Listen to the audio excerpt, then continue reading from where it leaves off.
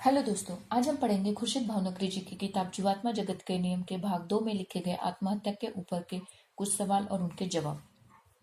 जीवन का अंत करना पूरी तरह से ईश्वरीय नियमों के विरुद्ध है। ईश्वर ने यह जीवन आपको दिया है, आपको इसे समाप्त करने का कोई अधिकार नहीं।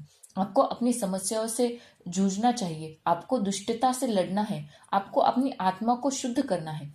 पहला सवाल, पृथ्वी पर ऐसे बहुत सारे लोग हैं, खासकर युवा, जो आत्महत्या कर लेते हैं। इन आत्माओं का क्या होता है? जब ये आत्माएं जीवात्मा जगत में आती है तो वे बहुत दुखी महसूस करती हैं, क्योंकि उन्हें एहसास हो जाता है कि उन्होंने बहुत गलत फैसला लिया है। पृथ्वी पर रहकर अपनी जीवन यात्रा पूरी पूरी करने के बजाय वे इसे बीच में ही छोड़कर अपनी जिंदगी को समाप्त कर लेते हैं। पृथ्वी पर यह आपके सबसे बुरे फैसलों में से एक होता है। अपनी जिंदगी को अपने ही हाथों समाप्त करना आपकी आत्मा को पहुंचाया जाने वाला सबसे बड़ा नुकसान है। अगला सवाल, लोग जिस तर्क का उपयोग करते हैं वह यह है कि मनुष्य के पास स्वतंत्र इच्छा होती है। क्या हम अपने जीवन को समाप्त करने के लिए स्वतंत्र नहीं हैं? अपने जीवन को समाप्त करने का फैसला आपका हो सकता है, लेकिन आप ईश्वर के नियमों के अधीन ही रहेंगे, और जब आप उन नियमों को तोड़ते हैं तो उनके परिणाम भी आप ही को भुगतने पड़ते हैं। आपका शरीर आपका मंदिर है। ईश्वर द्वारा आपको यह शरीर इसलिए दिया गया होता है ताकि यह आपकी जीवात्मा जगत के लिए एक स्वास्थ्य वाहन के रूप में काम कर सके। जब आप इस मंदिर को ध्वस्त करते हैं तो यह सृष्टि के मूल तत्व जीवन को ही नकार देते हैं। आत्महत्या से असली नुकसान आपकी जीवात्मा को होता है। आध्यात्मिक रूप से आप एक पूरा लोक नीचे गिर जाते हैं और अपनी आत्मा के लिए आप बड़ी मात्रा में नकारात्मक कर्म संचित कर लेते हैं। आपको पृथ्वी पर फिर से आना होगा और दुगुनी मुश्किलों से भरी उन्हीं परिस्थितियों का सामना फिर से करना होगा। आपकी परीक्षा और आपका प्रशिक्षण भी दोगुने मुश्किल हो जाते हैं। जब कोई व्यक्ति आत्महत्या करता है तो वह ईश्वर को दी गई अपनी कसम तोड़ देता है। कभी कभी मनुष्य जिस दुख से गुजरता है वह उसके लिए असहनीय होता है। हम सभी पृथ्वी पर अपने कर्मों का हिसाब चुकाने और अपनी आत्मा के विकास के लिए परीक्षा और प्रशिक्षण से गुजरने के लिए आते हैं। कभी कभी हमें ढेर सारे कर्मों का हिसाब चुकाना होता है, अथवा हमने बहुत मुश्किल परीक्षाओं को चुन लिया होता है जिस कष्ट से होकर हमें गुजरना पड़ता है, और जिन परिस्थितियों का सामना करना पड़ता है वे बहुत ही मुश्किल और कठिन हो सकती है। लेकिन हमें हर हाल में अपनी जीवन यात्रा पूरी करनी चाहिए। मनुष्य जो महसूस नहीं कर पाता वह यह है कि उसका दुख असहनीय होने के बावजूद भी जो दुख वह आत्महत्या के द्वारा दूसरों को देता है वह इतना ही असहनीय है। आत्महत्या एक स्वार्थी कर्म भी है। जिस वक्त व्यक्ति दुख से घिरा होता है वह दूसरों के बारे में नहीं सोचता। इस दुख से होकर आप गुजरते हैं, वह केवल आपको अपने बारे में सोचने के लिए मजबूर करता है। लेकिन जरा सोचिए, आपके प्रियजनों का क्या होगा? जरा सोचिए उन सबका क्या होगा जिन्हें आप अपने पीछे छोड़कर जाएंगे। आप न केवल अपने बुरे कर्म बढ़ाकर अपनी ही जीवात्मा को नुकसान पहुंचाते हैं, बल्कि दूसरों की जीवात्माओं को भी नुकसान पहुंचाकर कर्मों का बोझ बढ़ाते हैं। कुछ लोग कहेंगे कि उनका कोई नहीं है और इसी कारण उन्हें लगता है कि उन्हें अपनी जान देनी चाहिए, लेकिन शायद यह उनके कर्मों का फल है, अथवा शायद उन्हें जांचा जा रहा है कि इस अकेलेपन के बावजूद भी वे कितने साहसी बन रह सकते हैं। आपके स्वार्थ के कारण आपकी समस्याएं अपने वास्तविक रूप से अधिक गंभीर दिखाई पड़ती है। अगला सवाल, इन दिनों अकेलापन एक बड़ी समस्या बन गया है। लोगों के परिवार होने के बावजूद वे अकेला महसूस करते हैं। पृथ्वी पर इतना अकेलापन क्यों है? अकेलेपन की इस भावना के पीछे दो कारण हैं। पहला, पृथ्वी पर आप एक पूर्ण आत्मा नहीं होते, क्योंकि जब आप जब जुड़वा आत्माओं की अवधारणा से परिचित हो चुके हैं, आप यह महसूस करेंगे कि आप पूर्ण आत्मा का केवल आधा हिस्सा है, और जो अकेलापन आप महसूस करते हैं वह अपनी जुड़वा के लिए होता है। बहरहाल, जब आप इसे समझ ले तो आपको इस बात का पूरा ख्याल रखना चाहिए कि आपको पृथ्वी पर उस पूर्णता के एहसास को हासिल करना है, क्योंकि यह आपकी परीक्षा है। अपने आध्यात्मिक जीवन कार्य को पूरा करने से पृथ्वी पर पूर्णात्मा का एहसास करना बिल्कुल संभव है। एक बार जब आपको अपने जीवन का सही उद्देश्य पता चल जाएगा तो आप शांति का अनुभव करेंगे। खालीपन की भावना तब उठती है जब आपका अवचेतन मन आपसे कहता है कि आप धरती पर अपने जीवन कार्य को पूरा नहीं कर रहे। दूसरी बात, आपका अवचेतन मन जानता है कि पृथ्वी पर आपका असली घर नहीं है। यह जीवात्मा जगत उच्चतम लोकों की शांतता और अपनी समूह आत्माओं और प्रियजनों की संगत के लिए व्याकुल रहता है। असंतुष्टि का अनुभव करने के लिए आप इसे बहाना नहीं बना सकते। संतुष्ट महसूस करना पृथ्वी पर आपकी सबसे बड़ी परीक्षाओं में से एक है और इसमें आपको किसी भी तरह असफल नहीं होना। शांति प्राप्त करने के लिए मृत्यु की प्रतीक्षा मत कीजिए। जीवात्मा जगत में शांति पाने के लिए आपको पहले पृथ्वी पर शांति प्राप्त करना सीखना होगा। अकेलापन इसी संघर्ष का एक हिस्सा है और इससे अच्छी तरह से निपटा जा सकता है। अगला सवाल, क्या इसका यह अर्थ है कि पृथ्वी पर हम हमेशा अकेला महसूस करेंगे? नहीं, बिल्कुल नहीं। ऐसा नहीं है कि आप पृथ्वी पर खुश नहीं रह सकते और आपको हमेशा अकेलापन का अनुभव करना होगा, लेकिन अकेलापन ऐसी चीजों में से एक है जो मनुष्य को दुख और उदासी की ओर ले जाता है।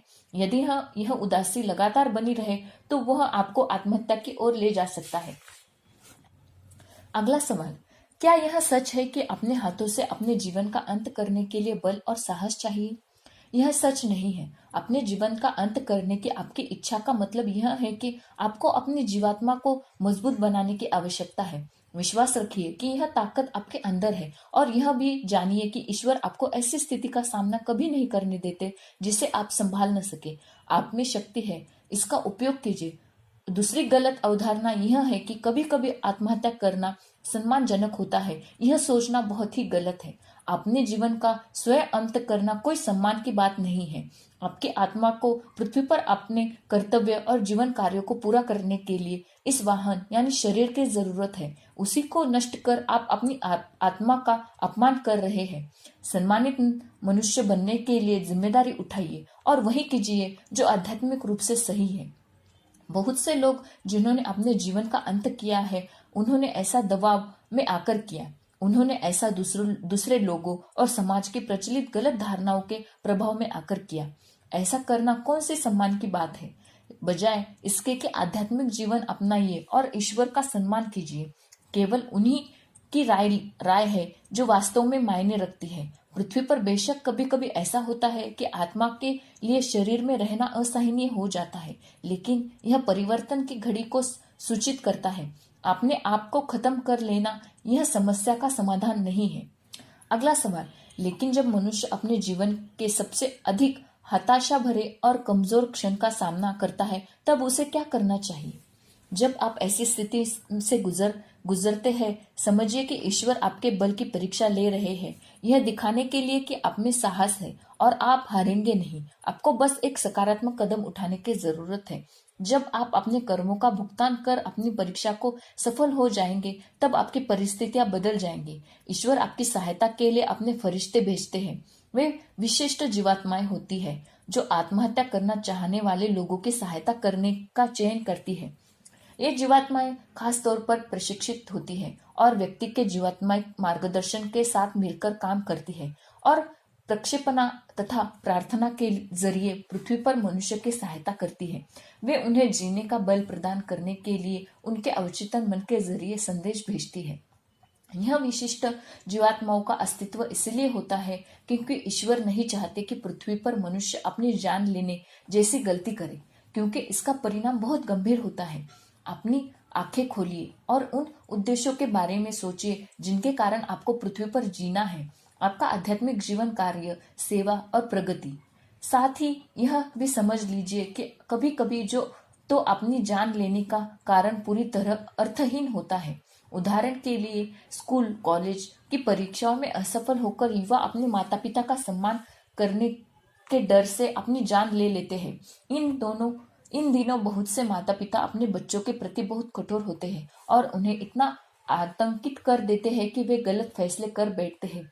कुछ बच्चों को प्रताड़ित किया जाता है, उनका बलात्कार किया जाता है और उन्हें डराया धमकाया जाता है। ऐसी परिस्थितियों में अगर बच्चे के पास ऐसा जैसा कोई नहीं जिस पर वह विश्वास कर सके, तो वह घबराहट में आत्महत्या जैसा कदम उठा सकता है। माता पिता के मार्गदर्शन का यह अर्थ नहीं है कि वे अपने बच्चों के प्रति कठोर हो, बल्कि उसका अर्थ है बच्चों की भावनाओं को समझना और उसकी आत्मा के लिए जो श्रेष्ठ है वही करना। कभी कभी माता पिता की उपेक्षा, निर्दयता और नासमझी के कारण बच्चे आत्महत्या की ओर रुख कर सकते हैं। कुछ बच्चे होते हैं जो इसलिए खिड़की से कूद जाना चाहते हैं क्योंकि वे अपने माता पिता के लगातार दोषारोपण अथवा अपनी असहनीय निर्दयता को बर्दाश्त नहीं कर पाते। ऐसी स्थितियों में आत्मा के लिए शरीर में रहना बेहद मुश्किल हो जाता है। ढेर सारे बच्चों ने अपने जीवन का अंत गैर महत्वपूर्ण बातों को लेकर किया है। जब वे जीवात्मा जगत में आते हैं तब उन्हें एहसास होता है कि उन्होंने जो किया वह अधीरता में उठाया हुआ कदम था और उनका डर कितना बेमतलब था। ऐसे लोगों को यह जानना चाहिए कि असफलता क्षणिक होती है। दरअसल असफलता सफलता तक पहुंचने का एक पायदान है। जिस तरह सुख को महसूस करने के लिए आपको दुख का अनुभव करना चाहिए, उसी तरह सफलता का आनंद लेने के लिए असफलता का स्वाद चखना भी जरूरी है। असफलता तो बस एक मनुष्य को सिखाने वाला एक अनुभव मात्र है। हर माता पिता की यह जिम्मेदारी है कि वे अपने बच्चों को प्रेम सिखाएं, न कि डर, और उन्हें आध्यात्मिक ज्ञान प्रदान करें। जब ज्ञान बच्चों के लिए अंदर रच बस जाता है तब बच्चा अंदर से खुलता है और उसके अंदर स्वर फूट पड़ते हैं। माता पिता अपने अहम बात भूल जाते हैं, उन्हें एक अच्छा इंसान बनाना। इसके बदले वे अपने बच्चों को यह शिक्षा देकर कि भौतिक जगत की उपलब्धियां ही सबसे महत्वपूर्ण है, उन्हें गलत दिशा की ओर बढ़ने को प्रेरित करते हैं। इस तरह वे अपने बच्चों को सफलता के बारे में झूठी धारणा देकर उन्हें गलत राह दिखाते हैं। अगला सवाल, इन आत्माओं की मदद किस प्रकार की जा सकती है? कभी कभी तनाव और निराशा से किसी को बाहर निकालने के लिए अच्छाई भरा एक छोटा कार्य भी काफी होता है, जो उनमें दूसरों और उनके खुद के प्रति फिर से विश्वास जगाता है। यदि आपको यह पता हो कि कोई व्यक्ति बहुत बुरे समय से गुजर रहा है, तो उस तक पहुंचने की कोशिश कीजिए। यदि आप किसी व्यक्ति को उसकी परेशानियों और उसके दुखों का सामना करने में मदद करते हैं, तो आपको आशीर्वाद प्राप्त होते हैं। जो नकारात्मक आत्माएं दूसरों को अपना जीवन अंत करने के लिए मजबूर करती है, उनका अंजाम कल्पना से परे होता है। जो व्यक्ति किसी दूसरे को आत्महत्या करने के लिए प्रेरित करता है, उसका पाप हत्या के बराबर होता है। कभी कभी लोग आत्महत्या का उपाय किसी के साथ भावनात्मक रूप से छल करने के लिए करते हैं, दूसरों का ध्यान अपनी ओर आकर्षित करने के लिए, कुछ साबित करने के लिए या किसी से बदला लेने के लिए भी लोग आत्महत्या का प्रयास करते हैं अथवा खुद अपनी जान ले लेते हैं। वे ऐसा इसलिए करते हैं ताकि दूसरे व्यक्ति में अपराध बोध जगे। ऐसा करने से उनका पतन होता है और पास बहुत सारे नकारात्मक कर्म संचित हो जाते हैं। जब आपके मन में कोई नकारात्मक स्वभाव के अथवा आत्महत्या के विचार आने लगे, तो उस समय ध्यान में रखिए योग्य कुछ बातें यहाँ दी जा रही है। ये विचार तत्काल रोक देने चाहिए क्योंकि वे आखिरकार आपको गलत राह पर ले जाएंगे। 1. जब कोई नकारात्मक विचार आपके मन में आए तो उसे तुरंत छुटकारा पाइए। आपका ध्यान उससे हटाकर सकारात्मक कार्यों में लगाइए। आप इसके बारे में जितना सोचेंगे उतना ही बल आप इस विचार को देंगे। ऐसे विचारों से छुटकारा पाने के लिए अपने मन को किसी दूसरी जगह केंद्रित कीजिए। भौतिक रूप से व्यस्त रहिए। कभी भी इतनी देर नहीं हो चुकी होती कि खुद को बदला न जा सके। 2. अध्ययन कीजिए, आध्यात्मिक ज्ञान प्राप्त कीजिए। जब आप यह समझ लेते हैं कि आपके जीवन में कुछ घटनाओं क्यों हो रही है और उनका कारण क्या है, तो आपके लिए उन्हें स्वीकार कर उनसे निपटना आसान हो जाता है। उदाहरण के लिए आप अपना कर्म के सिद्धांत से परिचित हो जाते हैं, तो आपके लिए कठिन समय से गुजरना आसान हो जाता है।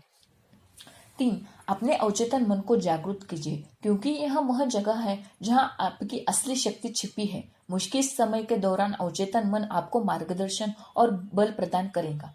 4. इसकी चिंता मत कीजिए कि लोग क्या कहेंगे। उनकी कही बातों से खुद पर नकारात्मक प्रभाव न होने दें। यदि जो आप कर रहे हैं वह अच्छा है और सही कर्म है और आप ईश्वर की भली राह पर है, तो भले आपके माता पिता भी आपके खिलाफ क्यों न हो, आप दृढ़ बने रहिए। लेकिन यह जरूर निश्चित कर ले कि आप सही मायने में ईश्वर की भली राह पर हो और अपने आप को धोखा न दे रहे हो, अथवा आप जो कर रहे हो है वह आपके अहंकार की उपज न हो। 5. यदि आपने गलती की हो तो उसे स्वीकारिए और सुधारिए, लेकिन अपने अंदर अपराध बोध की भावना अपराध बोध को हावी न होने दें। गलतियां इंसान से ही होती हैं। महत्वपूर्ण तो यह है कि आप गलतियों के सबक ले और उन्हें कभी भी न दोहराए। साथ ही गलतियों पर पर्दा डालने की कोशिश न करें, अन्यथा इससे आप और अधिक गलतियां कर बैठेंगे। अपनी गलतियों की जिम्मेदारी ले। 6. अपनी पूरी शक्ति लगाकर हृदय की गहराई से सच्चे मन से प्रार्थना कर ईश्वर से विनती कीजिए कि वह आपकी मदद के लिए फरिश्ते भेजे। ईश्वर से मार्गदर्शन और रक्षा की मांग करना महत्वपूर्ण है। 7. सारा दिन 24 घंटे एक प्राकृतिक ज्योत जलाए रखें। प्रकाश नकारात्मक ऊर्जा को अवशोषित कर लेता है और आपके आसपास के स्पंदनों को स्वच्छ रखता है। 8. नकारात्मक संगतों और गलत राह पर ले जाने वाले लोगों से दूर रहे। 9. यदि आपकी कोई समस्या है तो इसके बारे में अपने किसी भरोसेमंद व्यक्ति से चर्चा करें। दूसरे के नजरिए को जानकर आपको अपनी समस्या को साफ साफ समझने का अवसर मिल सकता है। यदि पृथ्वी पर ऐसा कोई भी व्यक्ति न हो जिस पर आप भरोसा करते हो, तो वह सबसे खूबसूरत व्यक्ति जिससे आप अपनी बात कह सकते हैं वह है आपका अवचेतन मन, जो जीवात्मा जगत से जुड़ा है। 10. यदि याद रखिए कि दुख क्षणिक होता है, अच्छा वक्त भी हमेशा के लिए नहीं रहता। आपकी मुसीबतें एक दिन गुजर ही जाएंगी। 11. आपके भौतिक मन को व्यस्त रखिए, कुछ न कुछ रचनात्मक करते रहिए, क्योंकि खाली रहने पर आपका भौतिक मन आपको गलत राह की ओर ले जाता है। आपके आसपास अच्छे लोगों को जुटाई रखें। 12. थोड़ा व्यायाम कीजिए, सक्रिय रहिए, टहलने जाइए, ताजी हवा में सांस लीजिए। हमेशा घर के अंदर मत रहिए। मन, शरीर और आत्मा के लिए योग बड़े कमाल की चीज है। 13. औषधि सहायता लेने से डरिए मत। प्रार्थनाओं में बड़ी ताकत होती है, लेकिन कभी कभी आपको औषधि सहायता की भी आवश्यकता होती है। इसीलिए ऐसा करने से न शर्माइए। इसे असफलता के रूप में मत लिखिए। समस्याओं के बीच जाने पर आप पहले से अधिक सफल हो जाएंगे। आप पहले से अधिक समझदार हो जाएंगे और फिर परिवर्तन कर सकेंगे। बहरहाल औषधि के आदी भी मत बनिए। 14. अपने स्वास्थ्य का ख्याल रखिए। पृथ्वी पर बहुत सारे लोग अपने शरीर को शराब, ड्रग्स और सिगरेट से बर्बाद कर रहे हैं। अधिक खाना भी हानिकारक होता है। यह सब करना एक तरह से आत्महत्या करने जैसा ही है, क्योंकि इस तरह आप अपने शरीर को धीरे धीरे खत्म और अपने जीवन को छोटा कर रहे होते हैं, और इस वजह से आपकी आत्मा पृथ्वी पर यात्रा पूरी नहीं कर पाती। जब आप ड्रग्स अथवा शराब के नशे में होते हैं तो आप सही निर्णय नहीं कर पाते और मन से आप बेहद कमजोर हो जाते हैं। आपके नकारात्मक ऊर्जा और प्रक्षेपित नकारात्मक विचारों के संपर्क में आने की संभावना प्रबल हो जाती है और आप ऐसे आवेग के तह काम करने लगते हैं जो आपके अंदर से नहीं आता, बल्कि नकारात्मक शक्तियां द्वारा आप पर प्रक्षेपित किया गया होता है। दूसरी बात जिसे आपको धरती पर बहुत ही गंभीरता से लेना चाहिए वह है यौन असावधानियां। एक कमजोर क्षण आपको जीवन भर की तकलीफ दे सकता है। मनुष्य अपनी इच्छाओं के आगे तुरंत झुक जाता है और अपने शरीर का ख्याल रखने के मामले में बहुत लापरवाह हो जाता है। यौन अवसाधनाएं भी एक तरह की आत्महत्या है, क्योंकि आप पर इसके कारण होने वाली बीमारियों की चपेट में आने का जोखिम बना रहता है, जो आपके साथ साथ आपके संपर्क में आने वाले दूसरे लोगों के लिए भी जानलेवा हो सकता है। यह आपका कर्म नहीं है आप गैर जिम्मेदारी से कार्य करने का विकल्प चुनते हैं और इसके जो परिणाम होते हैं वह आपके चयन का ही नतीजा होता है। 15. खुद दुख में होने के बावजूद भी दूसरों की मदद करने का प्रयास कीजिए। खुद तकलीफ में होकर भी दूसरों के प्रति करुणा रखकर आप खुद अपने आप को सबल बनाते हैं। ऐसा करने पर ईश्वर आपकी सहायता जरूर करते हैं, लेकिन आपका हेतु बिल्कुल निस्वार्थ होना चाहिए। मानव शरीर का सम्मान कीजिए और इसका लाभ कीजिए। आपको एक मन, शरीर और जीवात्मा दी गई है ताकि आप अच्छी तरह से जीवन जी सके और सब दूसरों की सहायता कर सके। कभी कभी पृथ्वी पर ऐसा वक्त भी आ सकता है जब आपको बहुत अधिक तकलीफ उठानी पड़े, खासकर तब जब आपने अपना प्रियजन खोया हो। ईश्वर को दोष देने अथवा मैं ही क्यों यह प्रश्न पूछने के बजाय बहादुरी से देखिए और जीवन के सुनहरे पहलू की ओर नजर डालिए। आत्महत्या किसी भी समस्या का हल नहीं है। जब आप जीवात्मा जगत में आते हैं और अपने जीवन पर नजर डालते हैं, तब आपको हमेशा यह महसूस होता है कि आप में अपने जीवन की समस्याओं को संभालने की बहुत अधिक क्षमता थी। आत्महत्या तो कोई समाधान ही नहीं था। आपका जीवन ईश्वर की अमानत है और किसी को उसका अंत करने का अधिकार नहीं। आत्महत्या आत्मा के लिए अधपतन का कारण होता है। जीवन के उपहार के अलावा ईश्वर ने आपको एक सुंदर अवचेतन मन और एक जीवात्मिक मार्गदर्शन दिया है। ईश्वर ने आपको एक भौतिक मन भी दिया है जो ज्ञान ग्रहण करता है और उसे इस प्रकार प्रशिक्षित किया जा सकता है कि वह अवचेतन मन के अधीन काम करे और सही गलत को समझने में आपकी मदद करे। आपको इतनी सहायता और इतनी सुरक्षा दी गई होती है कि आपको यह विश्वास रखना चाहिए कि चाहे कितनी भी बाधाएं आपके जीवन में क्यों ना आए, आप उनका सामना कर सकते हैं। यहाँ पर हमारे कुछ सवाल खत्म होते हैं। मिलते हैं हम अपने अगले वीडियो में। नमस्कार।